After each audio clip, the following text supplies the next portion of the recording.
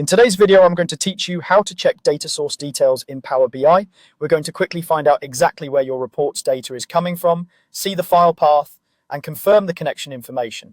This is especially helpful when you're auditing a report, troubleshooting refresh issues, or handing off a project to someone else. Start by opening Power BI Desktop on your computer and load the report you want to inspect. Give it a moment to finish loading the model. On the left side of the screen, switch to the data view, sometimes called the table view. This shows the tables that are already in your model. In the Fields pane, locate the table you're interested in, then right-click it and choose Edit Queries. In some versions of Power BI, this may be labeled Transform Data. It opens the same Power Query editor. Inside Power Query, look at the pane on the right called Applied Steps. This lists everything that's been done to the selected query step by step.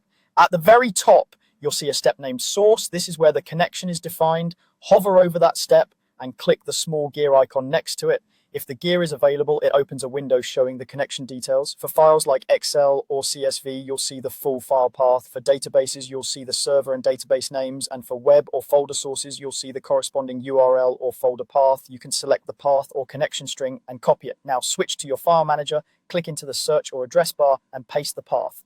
Press enter to navigate. This will take you directly to the folder or file that serves as your data source so you can confirm it exists, check its location, or verify access. If it's a network location, make sure you're connected and have permission to view it. Return to the Power Query editor. On the top ribbon, click Data Source Settings. This opens a window listing the connections your report is using.